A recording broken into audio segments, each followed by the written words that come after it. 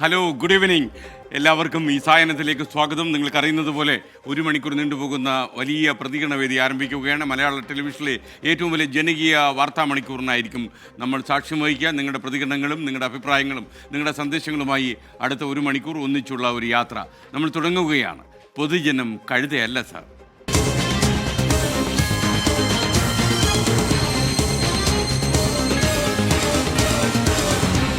പൊതുജനം കഴുതയല്ല സാർ. നിങ്ങളുടെ ഇടപെടലുകളാണ് ഈ പരിപാടിയുടെ ആത്മാവും ജീവനും. അതുകൊണ്ട് തന്നെ നിങ്ങൾക്ക് വിളിക്കാനുള്ള നമ്പർ ഇപ്പോൾ സ്ക്രീനിൽ തെളിയുന്നു. പതിവ് പോലെ സ്ക്രീനിലേക്ക് നോക്കാം. നിങ്ങൾക്ക് ദൃശ്യങ്ങളും അതുപോലെ നിങ്ങളുടെ വാർത്തകളും ഒക്കെ പങ്കുവയ്ക്കാൻ ഒരു വാട്സപ്പ് നമ്പറുണ്ട്. 6235968937. ഈ നമ്പർ തന്നെയാണ് നിങ്ങൾക്കല്ലാത്ത പരിപാടികളിൽ മെസ്സേജ് അയക്കാനും ഞങ്ങൾ ഉപയോഗിക്കുന്നത്. അതേപോലെ നിങ്ങൾക്ക് ഇടപെടണം, അല്ലെങ്കിൽ നിങ്ങളുടെ അഭിപ്രായങ്ങൾ പറയണം, നേരിട്ട് സംസാരിക്കണമെന്ന് തോന്നിയാൽ ഞങ്ങളുടെ ലാൻഡ് ലൈൻ നമ്പർ 048428305110 ഈ നമ്പർ നിങ്ങൾക്ക് ഉപയോഗിക്കാം. അപ്പോൾ അതേപോലെ 24 ജിമെയിലിൽ യൂട്യൂബിൽ നിങ്ങൾ ലോഗിൻ ചെയ്താൽ നിങ്ങൾക്ക് നിങ്ങളുടെ കമൻറ്റ് ബോക്സിൽ പോയി നിങ്ങളുടെ സന്ദേശങ്ങൾ അവിടെ കുറിക്കാം. അപ്പോൾ നിങ്ങളുടെ വിളികളും സന്ദേശങ്ങളും അഭിപ്രായങ്ങളും ദൃശ്യങ്ങളും ഒക്കെ ആയിട്ട് അടുത്ത 1 മണിക്കൂർ ഈ പ്രതികരണ വേദി തുടരുകയാണ്. നമ്മൾ ഒരിക്കൽ കൂടി എല്ലാവരെയും സ്വാഗതം ചെയ്യുന്നു. പൊതുജനം കഴുതയല്ല സാർ ഔദ്യോഗികമായി തുടങ്ങുന്നു. പൊതുജനങ്ങൾ ഇന്നത്തെ വാർത്താ പകലിൽ ചർച്ച ചെയ്ത ഏറ്റവും പ്രധാനപ്പെട്ട വാർത്തയിലേക്കാണ് ഞാൻ നിങ്ങളുടെ ശ്രദ്ധ ക്ഷണിക്കുന്നത്. സംസ്ഥാനത്ത് റേഷൻ കടകൾ അത്രയും അടച്ചിട്ടൊരു സമരം നടക്കുകയാണ്. റേഷൻ മേഖലയോടുള്ള അവഗണനയ്ക്കെതിരെയാണ് വ്യാപാരികൾ സംയുക്തമായി രാപകൽ സമരം നടത്തുന്നത്. എന്നാൽ ജനങ്ങൾക്ക് റേഷൻ നിഷേധിക്കുന്ന തരത്തിലുള്ള നിലപാട് ആരെടുത്താലും അത് വലിയ തെറ്റെന്നാണ് ഭക്ഷ്യ പൊതുവിതരണ വകുപ്പ് മന്ത്രി GR അനിൽ ഇന്ന് എടുത്ത നിലപാട്. ആവശ്യങ്ങൾ അനവധിയാണ്. സർക്കാരുമായി ചർച്ച നടത്തിയതുമാണ്. അതിലൊന്നും പരിഹാരമാകാതെ വന്നതോടെയാണ് തിരുവനന്തപുരം പാളയത്തെ രക്തസാക്ഷി മണ്ഡപത്തിന് മുൻപിൽ ഇവർ സമരത്തിനിറങ്ങിയത്. സംസ്ഥാനത്തെ 14,000-ലധികം റേഷൻ കടകൾ അടച്ചിട്ടാണ് വ്യാപാരികളുടെ 2 ദിവസത്തെ സമരം. റേഷൻ വ്യാപാരികളുടെ വേതന പാക്കേജ് കാലോചിതമായി പരിഷ്കരിക്കുക, കിറ്റ് കമ്മീഷൻ നൽകുക, KTPDS പരിഷ്കരിക്കുക തുടങ്ങിയവയാണ് സമരാവശ്യം. ഗവൺമെൻറ് മാറി മാറി ഞങ്ങളെ ചർച്ചയ്ക്ക് വിളിക്കും. ആ ചർച്ചകളൊക്കെ പരാജയപ്പെടും. ഒരു തീരുമാനം ഉണ്ടാകാതെ ഞങ്ങളെ നിരാശയിലേക്ക് തള്ളിവിടുന്നൊരു സാഹചര്യം ഉള്ളത്. ഇപ്പോൾ ഞങ്ങൾ 1 മാസം മുമ്പ് സമര നോട്ടീസ് കൊടുത്തതാണ്. നിരവധിയായ ആവശ്യങ്ങൾ ഞങ്ങൾക്കുണ്ട്. പക്ഷേ അതെല്ലാം വാരിവലിച്ച് പറയാതെ ഞങ്ങൾ 5 കാര്യങ്ങൾ മാത്രമാണ് ഗവൺമെൻറ്റിനോട് ആവശ്യപ്പെട്ടത്. ഗവൺമെൻറ് മനസ്സ് വെച്ചാൽ 1 മണിക്കൂർ കൊണ്ട് തീർക്കാവുന്ന വിഷയമുള്ളൂ. ഏറെ നാളായി ഈ സർക്കാരിന് മുന്നിൽ റേഷൻ വ്യാപാരികൾ ഉയർത്തുന്ന ആവശ്യമാണെല്ലാം. ദിവസങ്ങൾക്ക് മുൻപ് ഭക്ഷ്യ പൊതുവിതരണ വകുപ്പ് മന്ത്രി, ധനമന്ത്രി എന്നിവരുമായി റേഷൻ വ്യാപാരികൾ ചർച്ച നടത്തി. എന്നാൽ ആവശ്യങ്ങളിൽ അനുകൂല തീരുമാനം ഉറപ്പായില്ല. ഇതോടെയാണ് സമരത്തിലേക്ക് സംയുക്ത സംഘടനകൾ ഇറങ്ങിയത്. എന്നാൽ മന്ത്രി GR അനിൽ സമരക്കാരെ പൂർണ്ണമായി തള്ളുകയാണ്. ജനങ്ങൾക്ക് അരി നിഷേധിക്കുന്ന നിലപാട് ആരും സ്വീകരിക്കാൻ പാടില്ലാത്തതെന്ന് മന്ത്രി പറഞ്ഞു. ദേശീയ പണിമുടക്ക് നടക്കുന്ന സമയത്ത് പോലും പാലും അതുപോലെ റേഷൻ കടകളിലെ സാധനങ്ങളും ലഭ്യമാക്കാനുള്ള നടപടിയാണ് സാധാരണ സ്വീകരിക്കുന്നത്. കാരണം ഒരു നിഷേധ നിലപാടില്ലല്ലോ, തുറന്ന മനസ്സല്ലേ. ചർച്ചയിൽ മറ്റൊന്നും സമരക്കാർ അറിയിച്ചില്ലെന്നും മന്ത്രിയുടെ ആക്ഷേപം. വേണ്ടി വന്നാൽ വീണ്ടും ചർച്ചയ്ക്ക് തയ്യാറാണെന്നും മന്ത്രി വ്യക്തമാക്കി. പണിമുടക്കിൽ നിന്ന് പിന്മാറുമെന്നാണ് ഞാൻ പ്രതീക്ഷിച്ചത്. അവരുമായി ചർച്ച നടത്തി ഉണ്ടാക്കിയ ധാരണകളാണ് പൊതു ചർച്ചകളിൽ പരസ്യമായി തന്നെ ധനമന്ത്രി ഞാനും സൂചിപ്പിച്ചത്. അപ്പോൾ അത് തൃപ്തരല്ലെങ്കിൽ ഇനി വീണ്ടും ചർച്ച ചെയ്ത് പരിഹരിക്കാം. CITU നേതാവും മുൻ മന്ത്രിയുമായ TP രാമകൃഷ്ണൻ മന്ത്രിയെ പരിഹസിച്ച് രംഗത്തെത്തി. എല്ലാം പരിഹരിച്ചുവെന്ന മുഖ്യമന്ത്രിയുടെ പ്രസ്താവന പത്രത്തിൽ കണ്ടെന്നും നടപ്പിലാക്കിയാൽ പോരെ എന്നും TP രാമകൃഷ്ണൻ ചോദിച്ചു. സമരം ഉദ്ഘാടനം ചെയ്ത് സംസാരിക്കുകയായിരുന്നു TP രാമകൃഷ്ണൻ. ഇപ്പോൾ ചർച്ച ചെയ്ത് ധാരണയിലെത്തി എന്ന് ഗവൺമെൻറ് ഒരു ഭാഗത്ത് പറയുന്നുണ്ട്. ഞാൻ ബഹുമാനപ്പെട്ട സിവിൽ സപ്ലൈസ് വകുപ്പ് മന്ത്രിയുടെ ഒരു സ്റ്റേറ്റ്മെൻറ്റ് കഴിഞ്ഞ ദിവസം പത്രത്തിൽ വരികയുണ്ടായി. അത് വായിച്ചപ്പോൾ എല്ലാ പ്രശ്നങ്ങൾക്കും പരിഹാരമുണ്ടാക്കി. അത് അവരെ നടപ്പിലാക്കിയാൽ മതിയല്ലോ. നാളെ വൈകുന്നേരം 5 മണി വരെയാണ് സമരം. ജൂലൈ മാസത്തിലെ റേഷൻ വിതരണം ഇതുവരെ ആരംഭിച്ചിട്ടില്ല. സമരത്തിന് ശേഷം അടുത്ത ദിവസം മുതൽ റേഷൻ വിതരണം ആരംഭിക്കും. സംസ്ഥാനത്തെ 95 ലക്ഷം കാർഡുടമകളിൽ 85 ലക്ഷം പേരും സ്ഥിരമായി റേഷൻ ആനുകൂല്യങ്ങൾ കൈപ്പറ്റുന്നവരാണ്. ഇത്തവണ ആനുകൂല്യ വിതരണം കൃത്യമായി പൂർത്തിയാക്കാൻ കഴിയുമോ എന്നതും ചോദ്യം. ശനിയും ഞായറും റേഷൻ കട അവധിയായിരുന്നു. ഇന്നും നാളെയും സമരം. അങ്ങനെ സംസ്ഥാനത്ത് റേഷൻ വിതരണം സ്തംഭിക്കുന്നത് തുടർച്ചയായ 4 ദിവസം.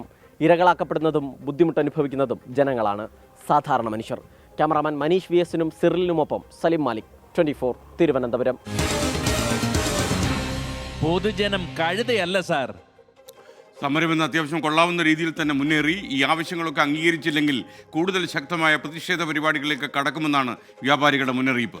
അവർ നമ്മളോട് പറഞ്ഞത് ഇങ്ങനെയൊക്കെയാണ്. പിന്നെ നമുക്ക് വലിയ പ്രതിസന്ധിയല്ലേ. നമ്മൾ ആഹാരത്തിന് വേണ്ടി തെണ്ടയാണ് ഇപ്പോൾ. ഞങ്ങളുടെ ആവശ്യങ്ങൾ വിവിധപരമായ ഇപ്പോൾ സർക്കാർ ഞങ്ങളോടുള്ള അവഗണനയാണ്. ദൈനംദിന ചെലവിനുള്ള കാശ് പോലും ഞങ്ങൾക്ക് ഇതിൽ നിന്ന് കിട്ടുന്നില്ല. മെയിൻ പ്രശ്നം വേതന പാക്കേജ് പരിഷ്കരിക്കുക. ഈ വേതനത്തിന് മുന്നോട്ട് കൊണ്ടുപോകാൻ പറ്റില്ല. കോവിഡ് കാലത്ത് 59ഓളം റേഷൻ വ്യാപാരികൾ മരണപ്പെട്ടു പോയിട്ടുണ്ട്. അന്ന് ആരും പുറത്തിറങ്ങാത്തപ്പോൾ ഞങ്ങൾ പുറത്തിറങ്ങി കിറ്റ് വിതരണം ചെയ്ത് ആ കിറ്റിൻ്റെ കമ്മീഷൻ സുപ്രീം കോടതി തരണം എന്ന് പറഞ്ഞിട്ട് പോലും സർക്കാർ തരുന്നില്ല.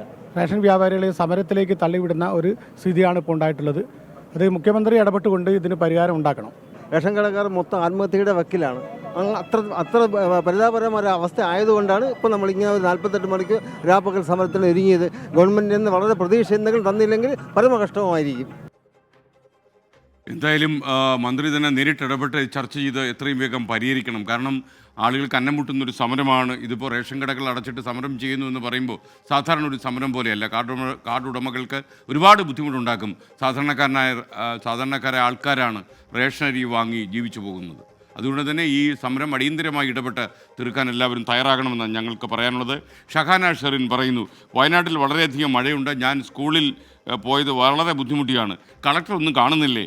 നാളെ ഒരു ലീവ് വേണം എന്നാണ് പറയുന്നത്. എന്തായാലും കളക്ടർ അവധി കൊടുത്തിട്ടില്ല. ഒരു ജില്ലയിലും നാളെ അവധി പ്രഖ്യാപിച്ചിട്ടില്ല. കുട്ടികളൊക്കെ നാളെ സ്കൂളിൽ പോകാൻ തയ്യാറെടുക്കണം. അതുപോലെ ഒരു ക്യാമ്പസിനും നാളെ അവധി പ്രഖ്യാപിച്ചിട്ടില്ല. ഇപ്പോൾ വരുന്നൊരു വാർത്ത ഇബിൻ ജോസ് റിപ്പോർട്ട് ചെയ്യുന്നു. പെരുമ്പാവൂർ ഹെറോയിനുമായി 2 ഇതര സംസ്ഥാന തൊഴിലാളികൾ പിടിയിലായി. 63 കുപ്പി ഹെറോയിൻ പോലീസ് പിടികൂടിയിട്ടുണ്ട്. മറ്റൊരു വാർത്തയിലേക്ക്. ഡൽഹിയിൽ നിന്ന് ആർത്തവ അവധി നൽകുന്നതിൽ നയം രൂപീകരിക്കാനുള്ള ഹർജിയിൽ സുപ്രീം കോടതിയുടെ നിർണായകമായ ഒരു നിരീക്ഷണം വന്നു. ചില നയങ്ങൾ ഫലമാകില്ല, മറിച്ച് അത് വിപരീത ഫലം ഉണ്ടാക്കുകയും ചെയ്യും. ഈ തത്വത്തിൽ ഉറച്ചു നിന്നാണ് സുപ്രീം കോടതി ഇന്നൊരു തീരുമാനം എടുത്തത്. ആർത്തവ അവധി വ്യവസ്ഥാപിതമായാൽ സ്ത്രീകൾക്ക് വളരെ തൊഴിലവസരങ്ങൾ കുറയാൻ അതിടയാക്കുമെന്നാണ് കോടതി തീർപ്പ് കൽപ്പിച്ചത്. ഇക്കാര്യത്തിൽ അതുകൊണ്ട് തന്നെ ഇടപെടാൻ കഴിയില്ലെന്ന് പ്രസ്താവിച്ച് ഹർജി സുപ്രീം കോടതി തള്ളിക്കളഞ്ഞു. ചീഫ് ജസ്റ്റിസ് ആണ് ഇന്ന് ഈ ഹർജി തള്ളിയത്. ആർത്തവാവധി അനുവദിച്ചാൽ തൊഴിൽ മേഖലകളിലേക്ക് കൂടുതൽ സ്ത്രീ പങ്കാളിത്തം ഉണ്ടാകും. പക്ഷേ ഇത് വനിതകൾക്ക് തന്നെ പിന്നീട് വിപരീത ഫലമുണ്ടാക്കിയേക്കുമെന്നുമായിരുന്നു കോടതിയുടെ നിരീക്ഷണം. വനിതാ ജീവനക്കാർക്ക് ആർത്തവാവധി അനുവദിക്കുന്നതിന് ചട്ടങ്ങൾ രൂപീകരിക്കാൻ കേന്ദ്ര സംസ്ഥാന സർക്കാരുകൾക്ക് നിർദ്ദേശം നൽകണമെന്നാവശ്യപ്പെട്ടായിരുന്നു ഹർജി. ഇത്തരം നയങ്ങൾ രൂപീകരിക്കുമ്പോൾ അത് വനിതകൾക്ക് ജോലി നൽകാൻ തൊഴിലുടമകൾക്ക് താൽപര്യം കുറയാൻ കാരണമാകുമെന്ന് സുപ്രീം കോടതി നിരീക്ഷിച്ചു. വിപരീത ഫലമുണ്ടാക്കിയേക്കുമെന്നും ഇക്കാര്യത്തിൽ ഇടപെടാൻ കഴിയില്ലെന്നും ചീഫ് ജസ്റ്റിസ് വ്യക്തമാക്കി. അതേസമയം ബന്ധപ്പെട്ട കക്ഷികളുമായി സർക്കാരിന് കൂടിയാലോചന നടത്തി നയരൂപീകരണം നടത്താം. സംസ്ഥാന സർക്കാരുകളുടെ അഭിപ്രായം കൂടി തേടണമെന്നും കോടതി വ്യക്തമാക്കി. ആർത്തവാവധി ആവശ്യമുന്നയിച്ച് ഹർജിക്കാർ കേന്ദ്ര വനിതാ ശിശുക്ഷേമ മന്ത്രാലയത്തിനെ സമീപിക്കാനും കോടതി നിർദ്ദേശം നൽകി. ബീഹാറിലെയും കേരളത്തിലെയും ചില കോളേജുകളിൽ മാത്രമാണ് വിദ്യാർത്ഥികൾക്ക് നിലവിൽ ആർത്തവാവധിയുള്ളത്. അതേസമയം വനിതകൾക്ക് ആർത്തവാവധി നൽകുന്ന കാര്യം നിലവിൽ പരിഗണനയിലില്ലെന്നാണ് കേന്ദ്ര സർക്കാരിന്റെയും നിലപാട്. വിനീത വിജി, 24, ഡൽഹി. താങ്ക് യു വിനീത. ആർത്തവ അവധി സ്ത്രീകളുടെ തൊഴിലവസരം നഷ്ടമാക്കുമോ? ഈ ഒരു ചോദ്യമാണ് ഇന്ന് സുപ്രീം കോടതി നഷ്ടമാക്കാൻ സാധ്യതയുണ്ട്. പല ആളുകളും പിന്നോട്ട് പോകാൻ സാധ്യതയുണ്ട്. പ്രത്യേകിച്ചും സ്വകാര്യ മേഖലകളിലൊക്കെ തന്നെ സ്ത്രീകൾക്ക് അവസരം കുറയാൻ സാധ്യതയുണ്ട് എന്ന രീതിയിലുള്ള ഒരു നിരീക്ഷണമാണ് ഇന്ന് വന്നിരിക്കുന്നത്. എന്നാൽ ജനങ്ങൾക്ക് ഇക്കാര്യത്തിൽ പറയാനുള്ളത് എന്താണെന്ന് നമുക്ക് കേൾക്കാം. അതിൻ്റെതായ ബുദ്ധിമുട്ടുകൾ അവർക്കുണ്ടല്ലോ ആർത്തവ ദിവസമാകുമ്പോൾ. അപ്പോൾ അത് കൊടുക്കേണ്ടത് ന്യായമാണ്. സർക്കാർ മേഖലയിലായാലും സ്വകാര്യ മേഖലയിലായാലും സ്ത്രീകളുടെ ഒരു അവകാശമായിട്ട് പരിഗണിക്കാവുന്നതല്ലേ ഉള്ളൂ. അത് സ്ത്രീകളുടെ ഒരു അവകാശം തന്നെയാണ്. അല്ല, ഗവൺമെൻറ്റിൽ നിന്ന് അതിന് പ്രോപ്പർ ഡിസിഷൻ എടുത്തിട്ട് അവർക്ക് ഈ ഫെസിലിറ്റി കൊടുത്താലും കുഴപ്പം വരുകയില്ലാന്ന് ഗവൺമെൻറ് ഒരു സ്റ്റാൻഡ് എടുക്കുവാണെങ്കിൽ ജോലി പോകുമല്ലോ. ഇപ്പോൾ സർക്കാർ ഉദ്യോഗസ്ഥന്മാരെല്ലാം ഗവൺമെൻറ്റിൻ്റെ കീഴിലുള്ളതല്ലേ. സ്വകാര്യ മേഖലയിൽ they have to see that സ്വകാര്യ മേഖല ഓൾസോ അതനുസരിക്കും എന്നുള്ള തക്കതായിട്ടുള്ള ഡയറക്ഷൻ അവർക്ക് കൊടുക്കണം ഗവൺമെൻറ്. അപ്പോൾ അവർ അവധി കൊടുക്കേണ്ട ഒരു ഇതാണ്. എന്നുവെച്ചാൽ സ്ത്രീകൾക്ക് വയറുവേദന ഉണ്ടാവും, അടിവയറുവേദന ഉണ്ടാവും, ഇപ്പോൾ മാനസികമായിട്ടും വലിയ പിരിമുറുക്കുണ്ടാവും. അപ്പോൾ അതിൽ ഒരു ദിവസം അവധി കൊടുക്കേണ്ടതാണ്, 1-2 അല്ലേ? അതല്ലേ ശരി. ഓഫീസിലായാലും കുട്ടികൾക്കായാലും ഭയങ്കര ബുദ്ധിമുട്ടായിരിക്കും. വൊമിറ്റിംഗ് ഉണ്ടാവുന്നുണ്ട്.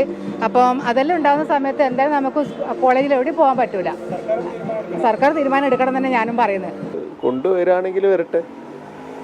ഗവൺമെൻറ് അങ്ങനെ ഒരു തീരുമാനം എടുക്കുന്നുണ്ടെങ്കിൽ നല്ലതായിരിക്കും. അല്ലെങ്കിൽ ഇപ്പോൾ ഗവൺമെൻറ് ഓഫീസിലൊക്കെ ചെന്ന് കഴിഞ്ഞാൽ ഒന്നുമില്ലെങ്കിൽ നെറ്റില്ല, അല്ലെങ്കിൽ ഉദ്യോഗസ്ഥന്മാരില്ല, അങ്ങനെയുള്ള പല പ്രയാസങ്ങളും അനുഭവിക്കുന്ന സമയം ഇപ്പോൾ. അപ്പോൾ ആർത്തവനത്തിനായിട്ടൊരു ലീവ് സ്ത്രീകൾക്ക് വേണമെന്ന് പറയുന്നതിനോട് പൂർണ്ണമായും യോജിക്കാൻ കഴിയുന്നില്ല. കാരണം അതൊരു ലീവ് കൊടുക്കേണ്ട ഒരു ഇതല്ല. സാധാരണഗതിയിൽ ഇപ്പോൾ ലീവിൻ്റെ ആവശ്യമുണ്ടെന്ന് തോന്നാനില്ല. കാരണം കൂടുതൽ സ്ത്രീകളും ഈ ദിവസങ്ങളാണെങ്കിലും അതിനനുസരിച്ച് അഡ്ജസ്റ്റ് ചെയ്ത് ജോലികൾ മുന്നോട്ട് കൊണ്ടുപോകാറാണ് പതിവ്.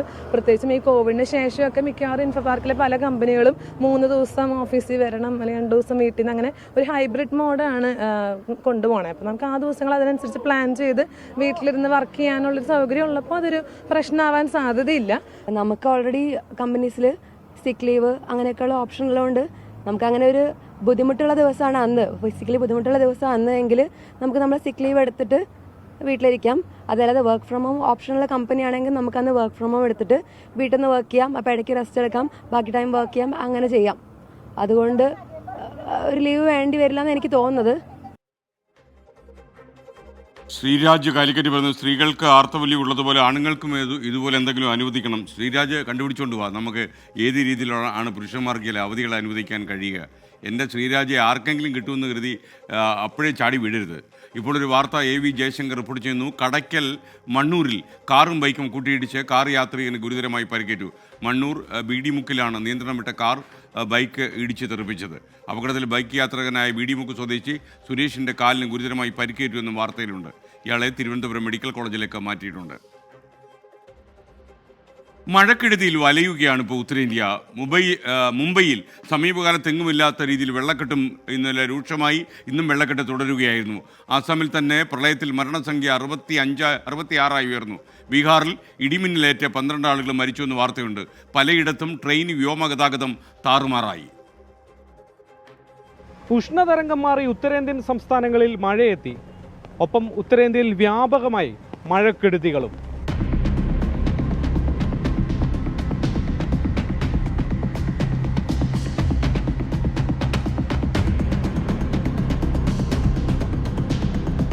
മഴക്കെടുതി അതിരൂക്ഷമാണ് മുംബൈയിൽ. നഗരത്തിലും പരിസര പ്രദേശങ്ങളിലും കനത്ത വെള്ളക്കെട്ടാണ്.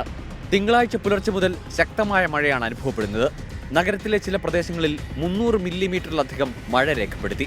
അതിശക്തമായ മഴയും വെള്ളക്കെട്ടും ജനജീവിതം ദുസ്സഹമാക്കി. മുംബൈക്ക് പുറമെ താനെ, പാൽഘർ, കൊങ്കൺ ബെൽറ്റുകളിലും മഴ ശക്തമാണ്. കനത്ത മഴയിൽ ട്രാക്കുകളിൽ മണ്ണ് മൂടിയതിനെ തുടർന്ന് താനെ ജില്ലയിൽ കസറ, ടിറ്റുവാല സ്റ്റേഷനുകൾക്കിടയിലുള്ള ട്രെയിൻ ഗതാഗതം താൽക്കാലികമായി നിർത്തിവെച്ചു. നിരവധി വിമാനങ്ങൾ വഴിതിരിച്ചു വിട്ടു. മുംബൈ കോർപ്പറേഷൻ പരിധിയിൽ സ്കൂളുകൾക്കും ഓഫീസുകൾക്കും അവധിയാണ്.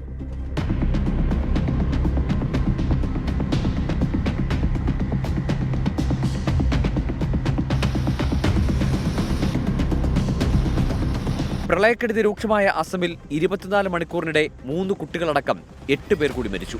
ഇതോടെ 3 ആഴ്ചയായി തുടരുന്ന പ്രളയത്തിൽ ആകെ മരണം 66ആയി.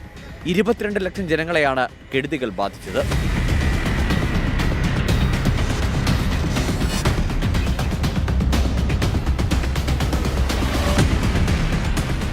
ഉത്തരാഖണ്ഡ്, ഹിമാചൽ പ്രദേശ് എന്നീ സംസ്ഥാനങ്ങളിൽ ശക്തമായ മഴയ്ക്കും മണ്ണിടിച്ചിലിനും സാധ്യതയുള്ളതിനാൽ ജാഗ്രതാ മുന്നറിയിപ്പുണ്ട്. UP, ബീഹാർ എന്നീ സംസ്ഥാനങ്ങളിലും ഇന്ന് ഓറഞ്ച് അലർട്ട് പ്രഖ്യാപിച്ചു.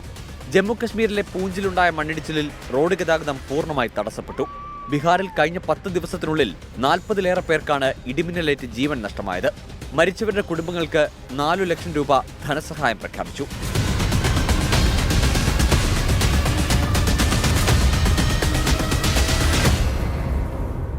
ഗോവയിൽ ഇന്നും റെഡ് അലർട്ടാണ്.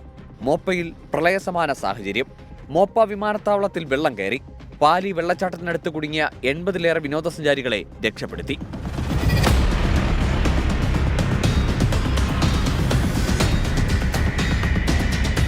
വരും ദിവസങ്ങളിലും മഴ കടുക്കുമെന്നാണ് കാലാവസ്ഥാ കേന്ദ്രത്തിന്റെ മുന്നറിയിപ്പ്. വിവിധ സംസ്ഥാനങ്ങളിലായി ദേശീയ ദുരന്ത നിവാരണ സേനയെയും വിന്യസിച്ചിട്ടുണ്ട്. വിവിധ ബ്യൂറോകൾക്കൊപ്പം മുംബൈയിൽ നിന്നും ശ്രീനാഥ് ചന്ദ്രൻ, 24.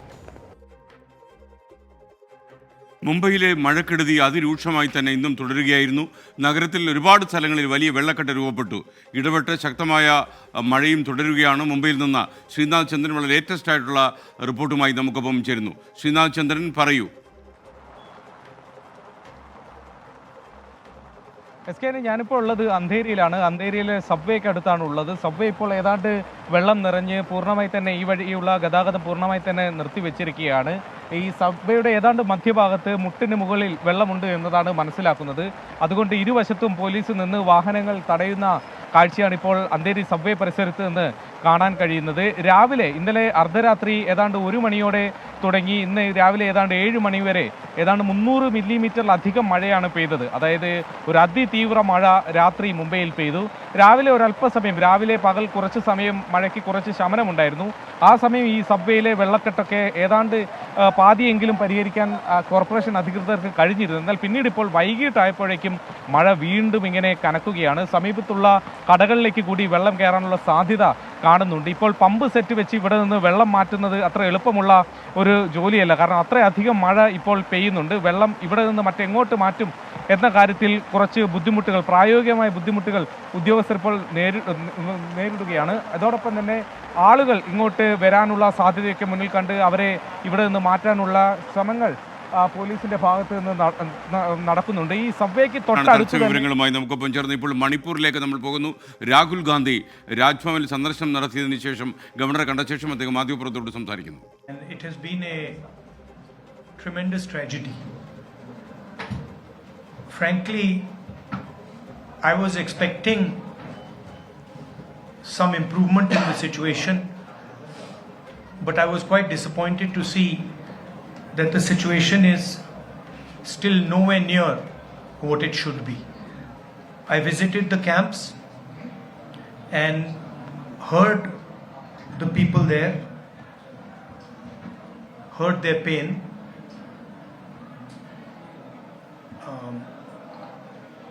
I came here to listen to them, to build confidence in them, and as somebody who's in the opposition,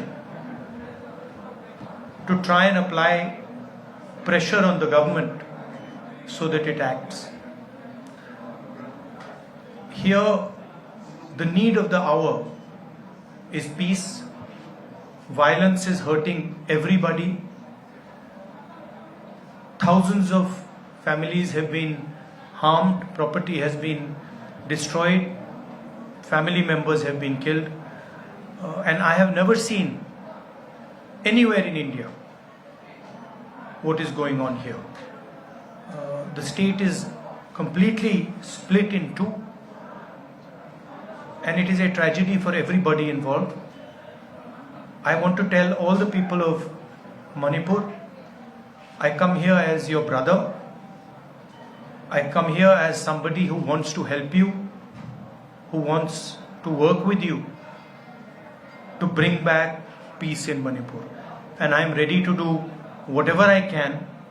Congress Party is ready to do whatever it can to bring back peace here. We had a conversation with the governor, and we expressed to the governor that we would like to help in whatever way we can. We also expressed our displeasure, and we said that we are not happy with the progress that has taken place here. ഗവർണറെ കണ്ട ശേഷം മണിപ്പൂരിൽ രാഹുൽ ഗാന്ധി മാധ്യമങ്ങളെ കാണുകയായിരുന്നു. താൻ അവരുടെ ഒരു സഹോദരനായിട്ടാണ് വന്നത്, അതേപോലെ സഹായിക്കാൻ കഴിയുന്ന ഒരാളായിട്ടാണ് വന്നത്. കോൺഗ്രസ് പാർട്ടിക്കും തനിക്കും എന്ത് ചെയ്യാൻ കഴിയും അതെല്ലാം താങ്കൾ ഇക്കാര്യത്തിൽ ചെയ്യും, സമാധാനം മണിപ്പൂരിൽ പുലരണം എന്നാണ് രാഹുൽ ഗാന്ധി ഇന്ന് മാധ്യമപ്രവർത്തകരോട് അല്പം മുമ്പ് പറഞ്ഞത്. മണിപ്പൂരിലെ സാഹചര്യങ്ങൾക്ക് മാറ്റങ്ങൾ ഉണ്ടാകുമെന്ന് താൻ പ്രതീക്ഷിച്ചു, പക്ഷേ നിലവിലെ സാഹചര്യം വല്ലാതെ നിരാശപ്പെടുത്തുമെന്നും രാഹുൽ ഗാന്ധി പറഞ്ഞു. ദുരിതാശ്വാസ ക്യാമ്പുകളിൽ ഉള്ള ആൾക്കാരുടെ വേദനകളും അദ്ദേഹം കേട്ടു എന്നും അദ്ദേഹം പറഞ്ഞു. ഇനി അദ്ദേഹം നാളെ റായ്ബറേലി സന്ദർശിക്കും. നാളെ രാവിലെ 10 മണിയോടെയായിരിക്കും ഉത്തർപ്രദേശിലെ റായ്ബറേലിയിൽ അദ്ദേഹത്തിൻ്റെ സന്ദർശനം ഉണ്ടാകുക. പ്രതിപക്ഷ നേതാവായതിനു ശേഷം ആദ്യത്തെ അദ്ദേഹത്തിൻ്റെ മണ്ഡലത്തിലെ സന്ദർശനമായിരിക്കും റായ്ബറേലിയിൽ നാളെ രാവിലെ നടക്കാൻ പോകുന്നത്. ഇനി നമുക്ക് മറ്റൊരു കാര്യം, നമ്മുടെ ചില പ്രേക്ഷകർക്ക് ടെലിവിഷനിൽ ഡയറക്റ്റായി പ്രോഗ്രാം കാണുന്ന ആളുകൾ അല്ലെങ്കിൽ വാർത്തകൾ കാണുന്ന ആളുകൾക്ക് പ്രതികരിക്കാനൊരു നമ്പർ നമ്മൾ കൊടുത്തിരുന്നു. അവരിൽ നിന്ന് ചില പ്രതികരണങ്ങളൊക്കെ നമുക്ക് ലഭിക്കുന്നുണ്ട്. യൂട്യൂബ് പ്രേക്ഷകർക്ക് മാത്രം പ്രതികരിച്ചാൽ പോരാ എന്ന് പറഞ്ഞതിൻ്റെ അടിസ്ഥാനത്തിലാണ് നമ്മൾ അവരുടെ പ്രതികരണങ്ങൾ കൂടി ഉൾപ്പെടുന്നത്. വി മധുസൂദനൻ ചോദിക്കുന്നു, ഞങ്ങളുടെ പഞ്ചായത്ത് റോഡിൻ്റെ പ്രശ്നത്തിന് റിപ്പോർട്ട് നൽകാൻ ഞങ്ങൾ എന്ത് ചെയ്യണം? എല്ലാ ജില്ലകളിലും കേരളത്തിൽ കേരളത്തിന് പുറത്തും 24 ബ്യൂറോ പ്രവർത്തിക്കുന്നുണ്ട്. നിങ്ങൾ കേരളത്തിലെ എല്ലാ ജില്ലകളിലും പ്രത്യേകിച്ചുണ്ട്. അപ്പോൾ ഈ ബ്യൂറോകളിൽ നിങ്ങൾ അതിൻ്റെ റിപ്പോർട്ടറുമായി ബന്ധപ്പെട്ട് കാര്യങ്ങൾ അറിയിച്ചാൽ മതി. അതുപോലെ ഷിജു ഫ്രം ചെന്നിത്തല അദ്ദേഹം പറഞ്ഞ ജനങ്ങളോട് ആത്മാർത്ഥതയുണ്ടെങ്കിൽ സപ്ലൈകോ വഴി അരി വിതരണം ചെയ്യണം എന്നാണ് പറയുന്നത്. അതൊക്കെ സർക്കാർ എടുക്കേണ്ട നയപരമായ തീരുമാനമാണ് എന്ന് ഷിജുവിന് അറിയാമല്ലോ. കൂടുതൽ പ്രേക്ഷകർ ഡയറക്റ്റായി ടെലിവിഷൻ വഴി കേബിൾ വഴി നമ്മുടെ ഈ പരിപാടികൾ കാണുന്ന വാർത്തകൾ കാണുന്ന 24 കാണുന്ന ആളുകളുടെ പ്രതികരണം നമ്മൾ പ്രതീക്ഷിക്കുന്നു. അപ്പോൾ നിങ്ങൾക്ക് തീർച്ചയായിട്ടും വിളിക്കാനുള്ള ഒരു നമ്പറാണ് ഞങ്ങളിപ്പോൾ ഏറ്റവും മുകളിലായിട്ട് കാണിച്ചിരിക്കുന്ന ഒരു വാട്സപ്പ് നമ്പറാണ്. ആ വാട്സപ്പ് നമ്പർ ഇതിൻ്റെ ഈ സ്ക്രീനിൻ്റെ മുകളിലായിട്ട് നിങ്ങൾക്ക് ലഭിക്കും. 6235968937 ഈ ഒരു നമ്പർ സ്ക്രീനിൻ്റെ മുകളിൽ കണ്ടില്ലേ? ആ നമ്പറിൽ നിങ്ങൾക്ക് നിങ്ങളുടെ സന്ദേശങ്ങൾ എഴുതാം. ഈ സന്ദേശങ്ങളൊക്കെ നമ്മൾ വിവിധ ബുള്ളറ്റിനുകളിലും മോർണിംഗ് ഷോയിലും ഈവനിങ്ങിലും ഒക്കെ ഉൾപ്പെടുത്തും. ഇനി നമ്മൾക്കൊരു കാലാവസ്ഥയിലേക്ക്. സംസ്ഥാനത്ത് അതിശക്തമായ മഴയ്ക്ക് സാധ്യതയുണ്ടെന്ന് കേന്ദ്ര കാലാവസ്ഥാ വകുപ്പിൻ്റെ മുന്നറിയിപ്പ്. 2 ജില്ലകളിൽ ഓറഞ്ച് അലർട്ടും 5 ജില്ലകളിൽ യെല്ലോ അലർട്ടും പ്രഖ്യാപിച്ചു. ഉയർന്ന തിരമാലയ്ക്കും മോശം കാലാവസ്ഥയ്ക്കും സാധ്യതയുള്ളതുകൊണ്ട് കേരള, കർണാടക, ലക്ഷദ്വീപ് തീരങ്ങളിൽ മീൻ പിടിക്കുന്നതിന് വിലക്കുണ്ട്. അഖിൽ ഷാ അൻസാർ തിരുവനന്തപുരത്ത് നിന്ന് തത്സമയം ചേരുന്നു. അഖിൽ ഷാ, വിവരങ്ങൾ. സംസ്ഥാനത്ത് ശക്തമായ ഒറ്റപ്പെട്ട മഴയ്ക്കുള്ള സാധ്യത തന്നെയാണ് ഏറ്റവും പ്രധാനമായും നിലവിൽ കേന്ദ്ര കാലാവസ്ഥാ വകുപ്പ് അറിയിക്കുന്നത്. നിലവിൽ 2 ജില്ലകളിലാണ് ഓറഞ്ച് അലർട്ട് പ്രഖ്യാപിച്ചിട്ടുള്ളത്. കണ്ണൂർ, കാസർഗോഡ് ജില്ലകളിലാണ് ഓറഞ്ച് അലർട്ട് പ്രഖ്യാപിച്ചിട്ടുള്ളത്. ഒപ്പം 5 ജില്ലകളിൽ യെല്ലോ അലർട്ട് പ്രഖ്യാപിച്ചിട്ടുണ്ട്. എറണാകുളം, തൃശ്ശൂർ, മലപ്പുറം, കോഴിക്കോട്, വയനാട് ജില്ലകളിലാണ് യെല്ലോ അലർട്ട് പ്രഖ്യാപിച്ചിട്ടുള്ളത്. ഏതായാലും ശക്തമായ മഴയ്ക്കും അതുപോലെ തന്നെ കാറ്റിനും സാധ്യതയുണ്ട്. കൂടാതെ ഇന്ന് രാത്രി 11:30 വരെ കള്ളക്കടൽ പ്രതിഭാസത്തിനും ഈ പറയുന്ന തിരമാലയ്ക്കുമുള്ള സാധ്യതയുണ്ട്. അതുകൊണ്ട് തന്നെ മത്സ്യത്തൊഴിലാളികളും തീരദേശവാസികളും ജാഗ്രത പാലിക്കണമെന്നുള്ള കാര്യവും വ്യക്തമാക്കുന്നുണ്ട്. ഒപ്പം ഈ കേരള, കർണാടക, ലക്ഷദ്വീപ് തീരങ്ങളിൽ ശക്തമായ കാറ്റിനും അതുപോലെ തന്നെ മോശം കാലാവസ്ഥയ്ക്കും തിരമാലയ്ക്കും സാധ്യതയുള്ളതിനാൽ ഇതുവരെയുള്ള മത്സ്യബന്ധനത്തിന് ഈ കാലാവസ്ഥാ വകുപ്പ് വിലക്കേർപ്പെടുത്തിയിട്ടുണ്ട്. എന്തായാലും വരും ദിവസങ്ങളിലും സംസ്ഥാനത്ത് മഴ തുടരാനാണ് സാധ്യത എന്നുള്ളതാണ് കേന്ദ്ര കാലാവസ്ഥാ വകുപ്പും വ്യക്തമാക്കുന്നത്. Okay, thank U. മറ്റൊരു വാർത്ത സമീർ സി മുഹമ്മദ് അറിയിക്കുന്നു. KSRTC ബസ്സിടിച്ച് വീണ ബൈക്ക് യാത്രികൻ അത്ഭുതകരമായി രക്ഷപ്പെട്ടു. ഫറൂഖ് ചുങ്കത്താണ് ഈ അപകടം ഉണ്ടായത്. കോടമ്പുഴ സ്വദേശി ഫിറോസ് സഞ്ചരിച്ചിരുന്ന ബൈക്കിൽ KSRTC ബസ് വന്നിടിക്കുകയായിരുന്നു. ബൈക്കിൽ നിന്ന് മറിഞ്ഞു വീണ ഫിറോസ് പരിക്കേൽക്കാതെ രക്ഷപ്പെട്ടുവെന്ന വാർത്ത. കഴിഞ്ഞ വെള്ളിയാഴ്ച വൈകുന്നേരമാണ് ഈ അപകടം ഉണ്ടായത്. പ്രേക്ഷകർക്ക് സ്വാഗതം. പ്രതികരണ വേദി തുടരുകയാണ്. ഷാജി പൊയ്കയിൽ പറയുന്ന നമ്മുടെ പ്രാപ്ര പരിപാടി എന്താ ചെയ്യുക, പ്രേക്ഷകരെല്ലാം പ്രാപ്ര പരിപാടി നിന്ന് മാറ്റിയോ? ഗുഡ് നൈറ്റ് വിത്ത് പ്രജനൻ പ്രവിത എന്ന പരിപാടിയിൽ അവരോട് പാടരുതെന്ന് പറയണം. പാടി ഒരു പാട്ടുകാരായി കഴിഞ്ഞാൽ വാർത്ത വായിക്കാൻ ആളെ കിട്ടുമെന്നാണ് ചോദിക്കുന്നത്. അതൊക്കെ ഇഷ്ടം പോലെ കിട്ടുമെന്നേ. അവർ നല്ല പാട്ടുകാരായാൽ അതിൽ കൂടുതൽ എന്ത് നല്ല കാര്യം അവരുടെ ജീവിതത്തിൽ സംഭവിക്കാനുള്ളത്? മഴക്കെടുതിയിലും കൊടും വേനലിലും എല്ലാം ദുരിതം നേടുന്ന ആൾക്കാരാണ് കർഷകർ. അപ്രതീക്ഷിതമായ പ്രകൃതി ദുരന്തങ്ങളിൽ നിന്നുള്ള തിരിച്ചടികൾക്ക് പുറമേ മനുഷ്യർ കൂടി കർഷകരെ മനഃപൂർവ്വമായി ദ്രോഹിച്ചാൽ എങ്ങനെയാകും കാര്യങ്ങൾ? കോട്ടയം വെച്ചൂരുള്ള കർഷകരുടെ ദുരിതത്തെപ്പറ്റിയാണ് ഞാൻ പറഞ്ഞു വരുന്നത്. കൃഷിയിടങ്ങളിലേക്ക് വെള്ളമെത്തിക്കുന്ന തോടുകളിൽ കക്കൂസ് മാലിന്യം തള്ളുന്നുവെന്ന് അവരുടെ പരാതി. രാത്രിയുടെ മറവിൽ സാമൂഹ്യ വിരുദ്ധരാണ് ഈ ക്രൂരകൃത്യം ചെയ്തു വരുന്നത്.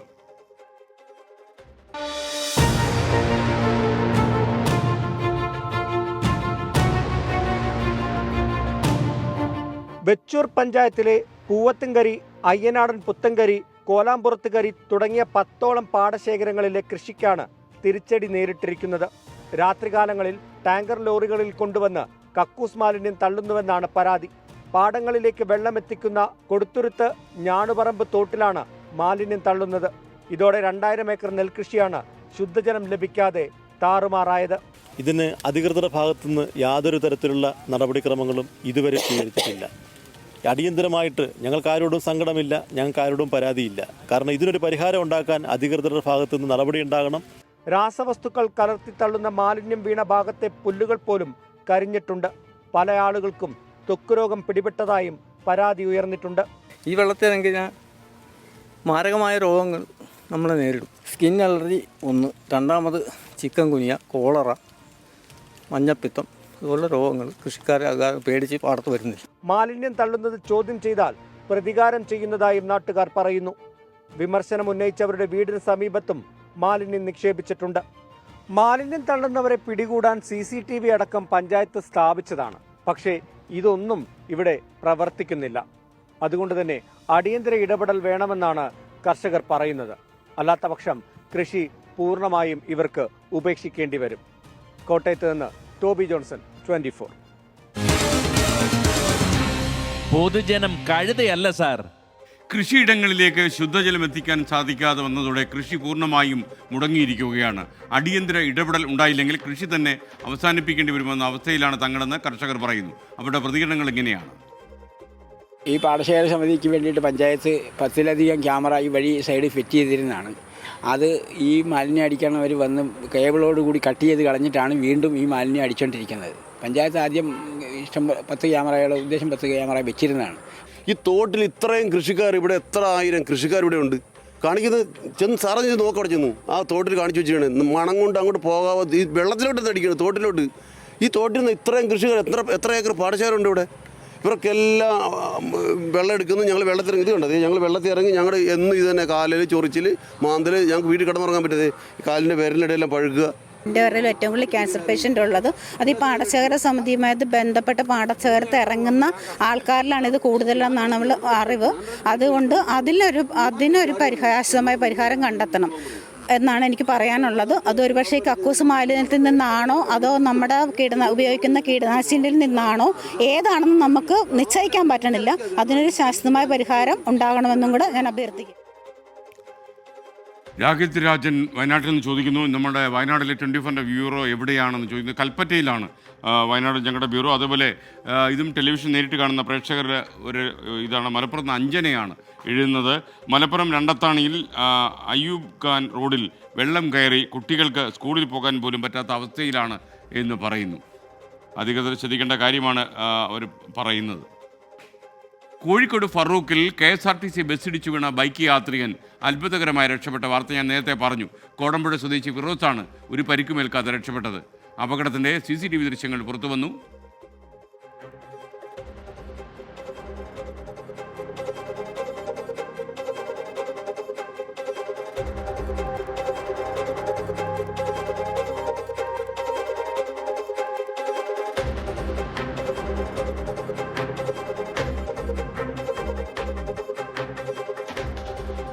കോഴിക്കോട് നിന്ന് സമീർ സി മുഹമ്മദ് ചേരുന്നു.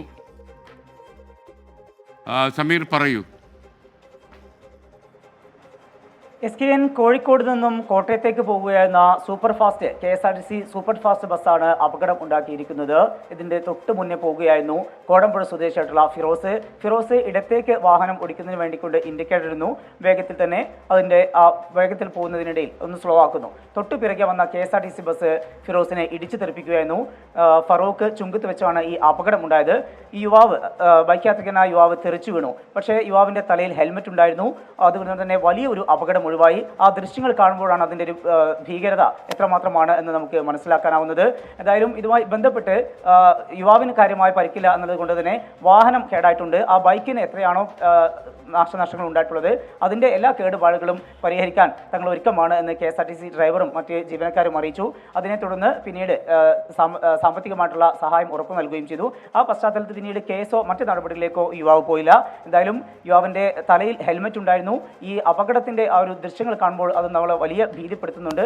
ഈ യുവാവിന് കാര്യമായ പരിക്കുകളൊന്നും ഏൽക്കാതെ രക്ഷപ്പെട്ടു എന്നുള്ളത് ആശ്വാസം നൽകുന്ന കാര്യമാണ്. SKN. ഓക്കെ, ഫിറോസ് എന്തായാലും വളരെ ഭാഗ്യവാനാണ്.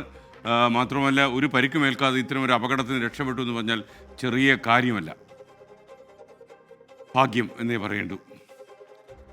കോൺക്രീറ്റ് കൊണ്ട് പണിത ഒരു പാലം ദ്രവിച്ച് ഇല്ലാതെയാകണമെങ്കിൽ ആ പാലത്തിന് എത്ര കാലം പഴക്കമുണ്ടാകും? ഞാൻ പ്രേക്ഷകരോട് വെറുതെ ചോദ്യം ചോദിക്കുകയല്ല. പറഞ്ഞു വരുന്ന കാസർഗോഡ് എരിയപ്പാടിയിൽ മധുവാഗ്നി പുഴയ്ക്ക് കുറുകെയുള്ള നടപ്പാലത്തെ പറ്റിയാണ്. എരിയപ്പാടി ചെന്നന്തലയെ ബെള്ളൂർ നഗറുമായി ബന്ധിപ്പിക്കുന്ന നടപ്പാലമാണ് ഏത് നിമിഷവും നിലംപൊത്താൻ സാധ്യതയുമായി നിൽക്കുന്നത്.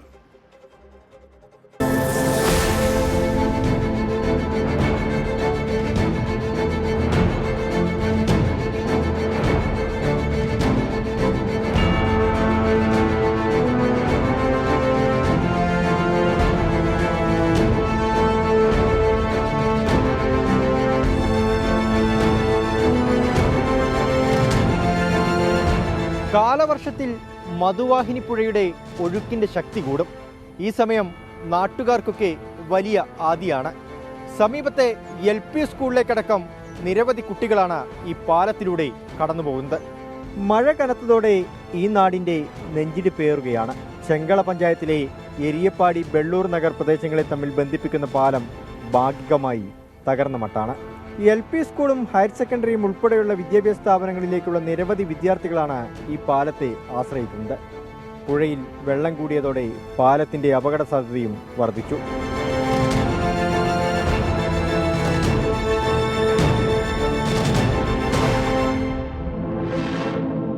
മഴക്കാലത്ത് നല്ല ബുദ്ധിമുട്ടാണ്. കാരണം ഞങ്ങൾക്ക് 300 കുട്ടികളുണ്ട്.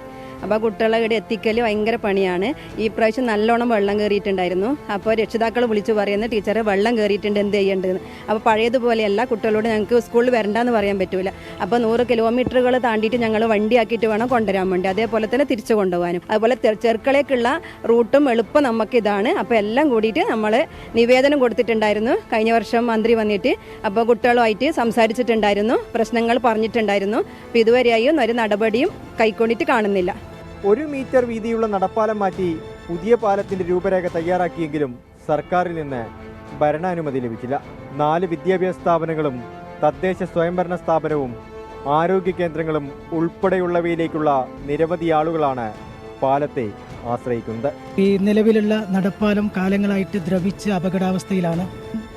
MLAയുടെ ഭാഗത്തു നിന്നുണ്ടാകുന്ന അനാസ്ഥയാണ് ഇതിന് ഇതുവരെയായിട്ടുള്ള കടലാസ് നടപടികൾ മുന്നോട്ട് പോകാത്തതെന്നാണ് ഞങ്ങൾ മനസ്സിലാക്കുന്നത്. അതുകൊണ്ട് ഭരണകൂടം ശക്തമായി ഇടപെട്ടുകൊണ്ട് ഈ പാലം യാഥാർത്ഥ്യമാകുന്നതിന് വേണ്ടി സഹായിക്കണം. ഗതാഗത യോഗ്യമായ മറ്റൊരു പാലം അനുവദിച്ചാൽ നെല്ലിക്കട്ട ബദിയടുക്ക ഭാഗങ്ങളിലേക്കുള്ള യാത്രക്കാർക്ക് 10 കിലോമീറ്ററോളം ദൂരം കുറഞ്ഞു കിട്ടും. മാത്രമല്ല, മധുവാഹിനി പുഴയുടെ മറുകരയിൽ പഠിക്കുന്ന വിദ്യാർത്ഥികളുടെ യാത്ര സുരക്ഷിതവുമാവും. മധുവാഹിനി പുഴയിൽ നീരൊഴുക്ക് വർദ്ധിച്ചതുകൊണ്ട് മാത്രമാണ് ഈ പാലത്തിനടിയിൽ പതിയിരിക്കുന്ന അപകടം മനസ്സിലാവാത്തത്. ഒരുപക്ഷെ ഒഴുക്ക് വർദ്ധിച്ചാൽ ഈ പാലം തന്നെ ഒലിച്ചു പോകും. ഒരു നാടിനെ വലിയൊരു ദുരന്തത്തിലേക്ക് എത്തിക്കാതെ ഈ പ്രശ്നത്തിന് എത്രയും വേഗം പരിഹാരം വേണമെന്നാണ് ഇവിടുത്തുകാരുടെ ആവശ്യം. അഭിലാഷ് പള്ളിക്കരയ്ക്കും വിജയ് ഷണങ്ങൂരിനുമൊപ്പം അരുൺ പാറക്കൽ, 24 കാസർഗോഡ്. പൊതുജനം കഴുതയല്ല സാർ. ഏത് നിമിഷവും ദുരന്തം നേരിൽ കാണുമെന്ന ആശങ്കയിലാണ് ഇരിപ്പാടിലെ ജനങ്ങളിപ്പോൾ. പ്രദേശത്തെ സ്കൂളുകളിലടക്കം നിരവധി വിദ്യാർത്ഥികൾ ഈ പാലത്തിലൂടെ ഓരോ ദിവസവും യാത്ര ചെയ്യുന്നുണ്ട്. അടിയന്തരമായി പാലം നവീകരണം നടത്തണമെന്നാണ് ആശങ്കയോടെ ജനങ്ങൾ പറയുന്നത്. ഹൈസ്കൂൾ, ഹയർ സെക്കൻഡറി, മറ്റ് ഇംഗ്ലീഷ് മീഡിയം സ്കൂളുകൾ എത്രയോ കുട്ടികൾ ഈ പാലം വഴി ഇപ്പോൾ പോകുന്നുണ്ട്. അതുമാത്രമല്ല, അപ്പുറത്തെ സൈഡ് സൊസൈറ്റിയും കൂടിയുണ്ട്. അതിലേക്കും നാട്ടുകാർക്കും എല്ലാവർക്കും കൂടി ഉപകാരപ്രദമായ ഒരു പാലം വേണമെന്നാണ് നമ്മുടെ സ്കൂളിൻ്റെ ഒരാവശ്യം. അടിയന്തരമായിട്ട് ഫണ്ട് അനുവദിക്കണം ആവശ്യപ്പെട്ട് ഞങ്ങൾ കളക്ടറെ ബന്ധപ്പെടുകയും കളക്ടർ ഭാഗത്ത് നിന്ന് കാസർഗോഡ് ജില്ലാ വികസന പാക്കേജിൽ ഉൾപ്പെടുത്തി ഈ ഒരു പ്രശ്നത്തിന് പരിഹാരം കാണുമെന്നാവശ്യപ്പെട്ടിട്ടാണ് ഞങ്ങൾ പോയത്. അപ്പോൾ കളക്ടർ ഭാഗത്ത് നിന്ന് കിട്ടിയ ഞങ്ങൾക്ക് അവസാന റിപ്പോർട്ട് ഈ പദ്ധതി കാസർഗോഡ് MLA ആവശ്യപ്പെട്ടിട്ടില്ല എന്നാണ്. പ്രഭാകരൻ കമ്മീഷനിലോ കാസർഗോഡ് MLAയുടെ ഈ പദ്ധതിയിൽ ഉൾപ്പെടുത്തിയിട്ട് ആവശ്യപ്പെട്ടിട്ടില്ല എന്നാണ് ഈ അവസാനം കിട്ടിയ റിപ്പോർട്ട്. എല്ലാ ഇതിലേക്ക് പോയിട്ട് ടൗണിലേക്ക് പോയിട്ട് കൂടാനും ബദിയടുക്ക പോയിട്ട് കൂടാനും ചെറുക്കള എല്ലാത്തിലേക്ക് പറ്റിയ ഈ റോഡാണിത്. ഇത് ഒന്നാമത് പരിഗണിക്കുന്നില്ല. അതിന് MLA ഞങ്ങൾക്ക് കാരണം. 6 മീറ്ററിൽ കൂടുതൽ ചെറുക്കള ടൗൺ മുതൽ മാന്യ വരെ വീതിയുള്ള റോഡ് ഉണ്ടായിട്ട് പോലും, ഒരുപാട് വർഷം പഴക്കമുള്ള റോഡ് ഉണ്ടായിട്ട് പോലും ഞങ്ങൾക്കൊരു പാലം, വാഹനത്തിൽ പോകാനുള്ള ഒരു പാലം അനുവദിച്ചു തരുന്നില്ല എന്നുള്ളത് ഖേദകരം തന്നെയാണ്. ഇപ്പോൾ ആശ ഒരു കാര്യം അറിയിച്ചിരിക്കുന്നു. യൂട്യൂബ് വഴി ഈ ഒരാൾ വളരെ മോശപ്പെട്ട കമൻറ്റുകൾ ഇടുന്നു, അയാളെ ബ്ലോക്ക് ചെയ്തിരിക്കുന്നു. ആശ, ഇത്തരം മെസ്സേജുകൾ ഇടുന്ന ആളുകളെ നമ്മൾ ഒരിക്കലും പ്രോത്സാഹിപ്പിക്കില്ല എന്ന് മാത്രമല്ല, അവരെ നമ്മൾ എന്നേക്കുമായി ബ്ലോക്ക് ചെയ്യുകയും ചെയ്യും. അപ്പോൾ ഇങ്ങനെയുള്ള കാര്യങ്ങൾ നിങ്ങൾ ശ്രദ്ധയിൽപ്പെടുത്തിയാൽ അതിൻ്റെ നടപടികൾ 24-ൻ്റെ ഭാഗത്തുനിന്ന് ഉണ്ടാകും. മിനി ബാബു പറഞ്ഞ SKN 1 കോടി പരിപാടിയിൽ പ്രേക്ഷകർക്കായുള്ള ചോദ്യത്തിൻ്റെ ഉത്തരം അയക്കാൻ സമയപരിധിയുണ്ട്. തീർച്ചയായിട്ടും സമയപരിധിയുണ്ട്. ഇന്ന് ചോദിച്ച ചോദ്യത്തിന് അടുത്ത കൊല്ലം മറുപടി അയച്ചാൽ മിനി ബാബു നമുക്ക് സ്വർണ്ണ കോയിൻ കൊടുക്കാൻ പറ്റുമോ? അതായത് ഇന്ന് നമ്മളൊരു ചോദ്യം ചോദിച്ചാൽ നാളെ രാത്രിയിൽ, അതായത് എപ്പിസോഡ് ആരംഭിക്കുന്നതിന് മുമ്പേ നിങ്ങൾ ഉത്തരം അയച്ചിരിക്കണം. ഇപ്പോൾ ഒരു വാർത്ത. അതിരപ്പള്ളി വാഴച്ചാൽ മുക്കുമ്പുഴ ആദിവാസി കോളനിയിലെ യുവതി കാട്ടിനകത്ത് പ്രസവിച്ചു, കുഞ്ഞ് മരിച്ചു. ഇന്ന് രാവിലെ 9:30 മണിയോടെ പരടി ഔട്ട് പോസ്റ്റ് സമീപത്തെ കാടിനകത്ത് വെച്ചാണ് ഈ സംഭവം നടന്നത്. ഹൈക്കോടതി വളപ്പിൽ പാർക്ക് ചെയ്തിരുന്ന അഭിഭാഷകരുടെ 8 കാറുകൾ സാമൂഹ്യ വിരുദ്ധർ പഞ്ചറാക്കി. അന്വേഷണം ആവശ്യപ്പെട്ട് അഭിഭാഷക association acting chief justice Muhammad മുസ്താഖിന് കത്തയച്ചു. വിഷ്ണു സുരേഷ് വിവരങ്ങളുമായി കൊച്ചിയിൽ നിന്ന്. വിഷ്ണു, ഈ വക്കീലന്മാരുടെ കാറ് കയറി ആക്രമിക്കാൻ, അതും പഞ്ചറാക്കി വിടാൻ എന്താ വല്ല പ്രതികളും വല്ലതാണോ ഇവർ? വക്കീലന്മാർക്ക് രക്ഷയില്ല എന്നുള്ളതാണ് ഈ സംഭവത്തിൽ നിന്ന് മനസ്സിലാകുന്നത്. ആരാണ് പഞ്ചറാക്കിയതെന്ന് ഇപ്പോഴും വ്യക്തമല്ല. കഴിഞ്ഞ 7-ാം തീയതിയാണ് ഈ സംഭവം എന്നാണ് മനസ്സിലാക്കുന്നത്. 8-ലധികം കാറുകളാണ് ഈ കൂട്ടത്തോടെ പഞ്ചറായത്. ഗവൺമെന്റ് ലീഡർമാരുടെ ഉൾപ്പെടെ കാറുകൾ ഇതിലുണ്ട് എന്നാണ് മനസ്സിലാക്കുന്നത്. ഹൈക്കോടതി പോലെ ഇത്രയും അതീവ സുരക്ഷാ മേഖലയിൽ ഈ ഹൈക്കോടതി അഭിഭാഷക അസോസിയേഷൻ അനുവദിച്ച സ്ഥലത്താണ് പാർക്ക് ചെയ്തിരുന്നത്. അവിടെ കയറിയാണ് ഇത്തരത്തിൽ ഒരു അനധികൃത പരിപാടി സാമൂഹ്യ വിരുദ്ധരുടെ ഭാഗത്തുണ്ടായത്. ഇതിൽ അതീവ ഗൗരവമായ ഒരു സംഭവം കൂടിയുണ്ട് സുരക്ഷയുമായി ബന്ധപ്പെട്ട്. അതെല്ലാം പരിശോധിച്ച് വിശദമായ അന്വേഷണം നടത്തണമെന്ന് ആവശ്യപ്പെട്ടാണ് ഹൈക്കോടതി അഭിഭാഷക അസോസിയേഷൻ ആക്ടിംഗ് ജസ്റ്റിസിന് കത്തയച്ചിരിക്കുന്നത്. വിശദമായ ഒരു അന്വേഷണം ഈ വിഷയത്തിൽ ഉണ്ടാകുമെന്ന് തന്നെയാണ് നമ്മൾ പ്രതീക്ഷിക്കുന്നത്. ഒപ്പം ഇവിടെ ഈ അനധികൃതമായുള്ള പാർക്കിംഗ് അത് നിരോധിക്കാനുള്ള നടപടികൾ വേണമെന്നും അഭിഭാഷക സമിതി ആവശ്യപ്പെട്ടിട്ടുണ്ട്. ഓക്കെ, വിഷ്ണു സുരേഷാണ് വിവരങ്ങൾ നൽകിയത്. ഇപ്പോൾ സണ്ണി പായിപ്പാട്, അതേ ഒരു ടെലിവിഷൻ വ്യൂവറാണ്, നമ്മുടെ 24/7 കാണുന്ന ആളാണ്. KSEB അനാവശ്യമായി കൂടുതൽ ഡിപ്പോസിറ്റ് വേണമെന്ന് പറഞ്ഞ് ഉപഭോക്താക്കളെ ബുദ്ധിമുട്ടിക്കുന്നു. ഇത് ശരിയായ നടപടിയല്ല എന്നാണ് അദ്ദേഹത്തിന് പറയാനുള്ളത്. അതുപോലെ മലപ്പുറത്തെ കരുവാരക്കുണ്ടിൽ നിന്ന് ഉമ്മച്ചൻ ഇങ്ങനെ ഒരു സന്ദേശം അയച്ചു. ശ്രീകണ്ഠ സാറേ, സാറിന് കൂടോത്രത്തിൽ വിശ്വാസമുണ്ടോ? ആരെങ്കിലും സാറിന് കൂടോത്രം വല്ലതും ചെയ്തിട്ടുണ്ടോ? അതുകൊണ്ടാണോ സാറിന് കുറച്ച് ദിവസമായി എന്തോ മാതിരി ഒരു ക്ഷീണം പോലെ എന്ന് പറഞ്ഞു. കൂടോത്രത്തിൽ ഞാൻ വിശ്വസിക്കുന്നില്ല എന്ന് മാത്രമല്ല, അത്തരം ക്ഷീണമൊന്നും എന്നെ സ്വാധീനിക്കാറില്ല. ശരിക്കും എൻ്റെ ശരീരത്തെക്കുറിച്ച് എനിക്കല്ലേ അറിയാവുന്നത്. എൻ്റെ ഉമ്മച്ചൻ കരുവാരക്കുണ്ടേ, അങ്ങനൊരു പ്രശ്നമില്ല. താങ്കൾ കുണ്ടിൽ വീഴാൻ നോക്കിക്കോളൂ. ഇനി നമുക്ക് മറ്റൊരു സ്റ്റോറിയിലേക്ക്. നേരത്തെ പറഞ്ഞ കാര്യമാണ്. വാഴച്ചാലിൽ ആദിവാസി യുവതി കാട്ടിനുള്ളിൽ പ്രസവിച്ചു. പ്രസവത്തിന് പിന്നാലെ കുഞ്ഞു മരിച്ചു. സൂരജ് സജി തൃശ്ശൂരിൽ നിന്ന് പെട്ടെന്ന് വിവരങ്ങൾ നൽകുന്നു. സൂരജ്, പറയൂ.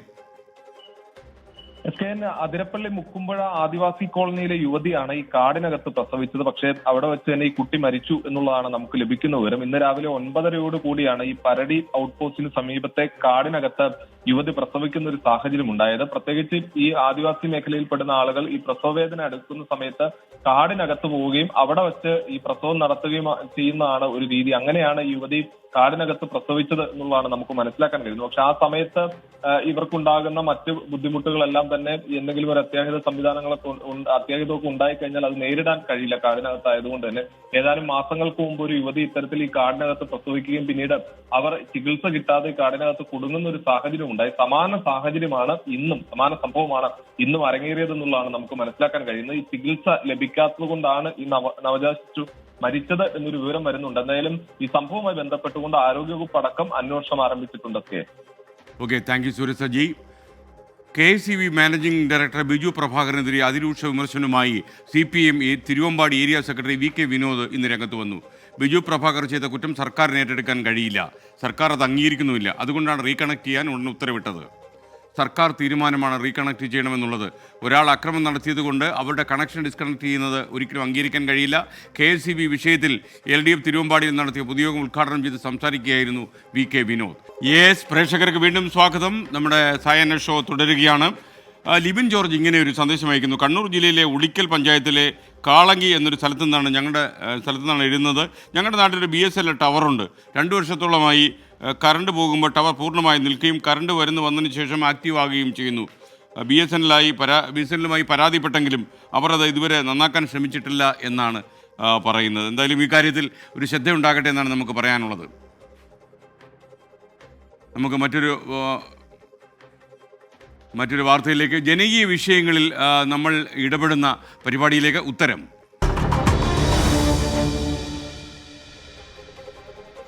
വാർത്തകൾ അധികാരികളുടെ ശ്രദ്ധയിൽപ്പെടുത്തുന്നതിനൊപ്പം അതിൽ തുടർ നടപടി ഉണ്ടാകും വരെ കൂടെ ഉണ്ടാകുമെന്ന ഉറപ്പാണ് മറ്റുള്ള വാർത്താ മാധ്യമങ്ങളിൽ നിന്ന് 24 എപ്പോഴും വ്യത്യസ്തമാക്കിയിട്ടുള്ളത്. ഇത് എൻ്റെ അഭിപ്രായമല്ല, പ്രേക്ഷകർ പറയുന്നതാണ്.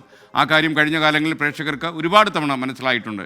ജനങ്ങളുടെ എണ്ണിയാൽ ഒടുങ്ങാത്ത ദുരിത കാഴ്ചകൾ ഈ കാലയളവിൽ പുറത്തു കൊണ്ടുവന്നിട്ടുണ്ട്. അതിൽ എണ്ണിയാൽ തീരാത്ത വാർത്തകളിൽ തുടർ നടപടികളും ഉറപ്പാക്കിയിട്ടുണ്ട്. അത്തരത്തിൽ അടിയന്തര ഇടപെടൽ ഉറപ്പാക്കിയ ഒരു വാർത്തയിലേക്ക് ഇനി ഞാൻ കടക്കുന്നു. കോഴിക്കോട് പണിക്കർ റോഡിലെ അപകടാവസ്ഥയിലുള്ള ഫ്ളാറ്റ് സമുച്ചയത്തിലെ താമസക്കാരുടെ ദുരിതക്കാഴ്ച ഇന്നലെയാണ് 24 സംപ്രേഷണം ചെയ്തത്. വാർത്ത റിപ്പോർട്ട് ചെയ്ത് ഒരു ദിവസം കഴിഞ്ഞപ്പോൾ അതിൽ തുടർ നടപടിയും വന്നു. 24 ഇമ്പാക്ട് അപകട സാഹചര്യത്തിലുള്ള മുഴുവൻ കുടുംബങ്ങളെയും പുനരധിവസിപ്പിക്കുമെന്ന് കോഴിക്കോട് മേയർ ഡോക്ടർ ബീന ഫിലിപ്പ് 24നോട് പറഞ്ഞു. ഉടൻ തന്നെ താൻ ഫ്ലാറ്റ് സന്ദർശിക്കുമെന്നും മേയർ വ്യക്തമാക്കി. ഞാൻ ഇന്നലെ തന്നെ പറഞ്ഞിരുന്നു, ഡോക്ടർ ബീന ഫിലിപ്പ് ജനകീയ അടിത്തറയുള്ള ഒരു പൊതുപ്രവർത്തകയാണ്. ജനങ്ങളുടെ പ്രശ്നങ്ങൾ മനസ്സിലാകുന്ന മേയറാണ്. അതുകൊണ്ട് തന്നെ ഇക്കാര്യത്തിൽ ഡോക്ടർ ബീന ഫിലിപ്പ് അടിയന്തര നടപടി സ്വീകരിക്കുമെന്ന് ഞാൻ പ്രത്യാശ പ്രകടിപ്പിച്ചു. ആ തസ്ഥാനത്തായില്ല, ഡോക്ടർ ബീന ഫിലിപ്പിൻ്റെ ഇടപെടൽ വന്നു.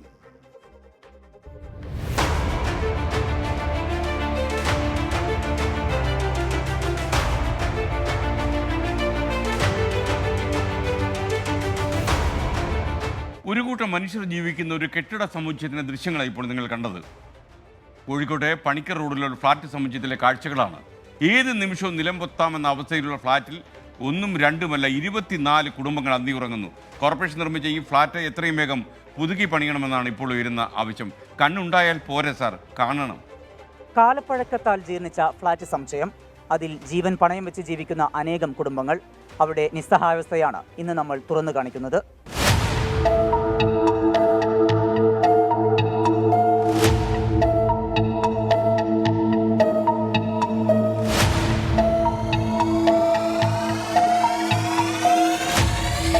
കോഴിക്കോട് മേയർ വീണ ഫിലിപ്പ് തീർച്ചയായിട്ടും ജനങ്ങളുടെ പ്രശ്നങ്ങൾ മനസ്സിലാകുന്ന ഒരു ജനപ്രതിനിധി തന്നെയാണ്. മേയറുടെ ഒരു ഇടപെടൽ ഈ കാര്യത്തിൽ വേണം. കാരണം തെരഞ്ഞെടുപ്പ് കാലമാകുമ്പോൾ മക്കളെ ചക്കര എന്നൊക്കെ വിളിച്ച് വോട്ട് ചോദിച്ചു വരും, പിന്നീട് അവരെ കാണാറില്ല എന്ന് പറയുന്ന ജനങ്ങളുടെ പരാതിയിൽ കഴമ്പുണ്ട് എന്ന് നിങ്ങൾ തെളിയിക്കരുത്. തീർച്ചയായിട്ടും ഇതിൽ ഇടപെടണം എന്നാണ് 24-ൻ്റെ ആഗ്രഹം. ഓരോ ദിവസവും അടർന്നു വീഴുന്ന കോൺക്രീറ്റ് പാളികൾ, ഭിത്തികളിൽ അടർന്നു പിടിച്ച ആൽമരങ്ങൾ, പൈപ്പുകൾ പൊട്ടിയൊലിക്കുന്നത് കൂടാതെ മഴ പെയ്യുമ്പോൾ മഴവെള്ളത്തിനൊപ്പം ഒലിച്ചിറങ്ങുന്ന കക്കൂസ് മാലിന്യം.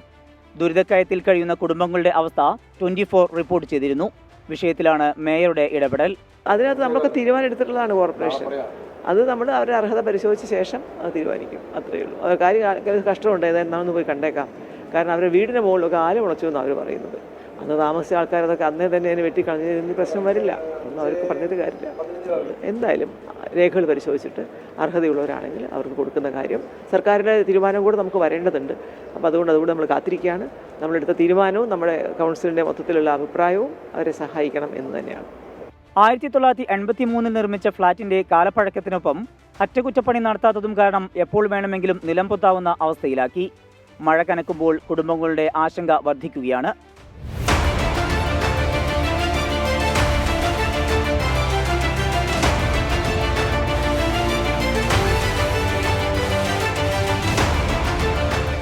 മേയറുടെ ഇടപെടലിൽ സന്തോഷത്തിലാണ് കുടുംബങ്ങൾ. ഇനി നടപടി വേഗത്തിലാക്കണമെന്നാണ് ആവശ്യം. കോഴിക്കോട് നിന്ന് സമീർ സി മുഹമ്മദ്, 24. പൊതുജനം കഴുതയല്ല sir. Thank you mayor doctor Beena Philip. സമയോചിതമായ ഈ ഇടപെടൽ എന്തുകൊണ്ടും നന്നായി. ഇങ്ങനെ വേണം പൊതുപ്രവർത്തകർ, ഇങ്ങനെ ആകണം. Paroos world of quiz and ഫണ്ടിൽ നിന്ന് പറയുന്നു, SKN കോളനി എന്നല്ല ഇനി മുതൽ നഗർ എന്നാണ് എന്നെൻ്റെ 6ാം ക്ലാസ്സിൽ പഠിക്കുന്ന മോള് പറയുന്നു. ആ മോളാണ് എൻ്റെ ഗുരു. മോള് പറഞ്ഞതാണ് കറക്റ്റ്. ആശാ, നമ്മളത് ബ്ലോക്ക് ചെയ്തതാണ്. ആ ബ്ലോക്കൊക്കെ തെറ്റിച്ച് പിന്നെയും ഈ രീതി എന്ന് പറഞ്ഞ ആൾ കടന്നു വന്നു. മാത്രമല്ല സൈബർ പരാതി കൊടുക്കണമെങ്കിൽ നമ്മൾ വേണ്ടി വന്നാൽ കൊടുക്കുകയും ചെയ്യും. ഇപ്പോഴത്തെ മുഖത്തുള്ള ചിരി ചിലപ്പോൾ മാഞ്ഞു പോയി എന്ന് വരും. നമ്മളൊന്നുകൂടെ ഒന്ന് ക്ഷമിച്ചു നോക്കുകയാണ്.